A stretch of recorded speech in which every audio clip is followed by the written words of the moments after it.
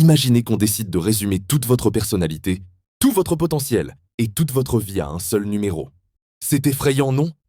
Pourtant, c'est ce que nous faisons depuis plus d'un siècle avec le quotient intellectuel. Le fameux QI. On nous dit que c'est la mesure ultime de l'intelligence. Mais est-ce vraiment le cas?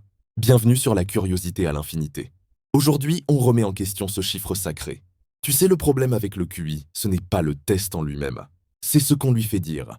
Un test de QI mesure des choses très précises. Votre logique, votre mémoire, votre capacité à voir des motifs géométriques. C'est comme mesurer la puissance du moteur d'une voiture. C'est utile. Mais est-ce que la puissance du moteur vous dit si la voiture est confortable? Si elle tient bien la route sous la pluie? Ou si elle est capable de vous emmener loin? Absolument pas. Le test de QI est aveugle à l'essentiel. Il ne mesure pas votre créativité. Il ne mesure pas votre curiosité.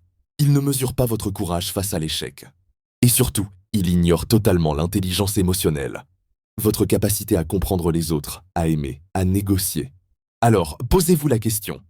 Préférez-vous être un ordinateur super puissant qui ne comprend rien aux humains ou un esprit curieux capable de s'adapter à tout? Regarde, l'intelligence n'est pas une note figée qu'on reçoit à la naissance. C'est un muscle qui grandit. C'est une étincelle qui change selon vos passions. Ne laissez jamais un chiffre définir vos limites.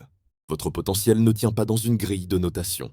Si vous pensez aussi que l'intelligence est bien plus vaste qu'un test, laissez un j'aime et abonnez-vous. Restez curieux et à très vite.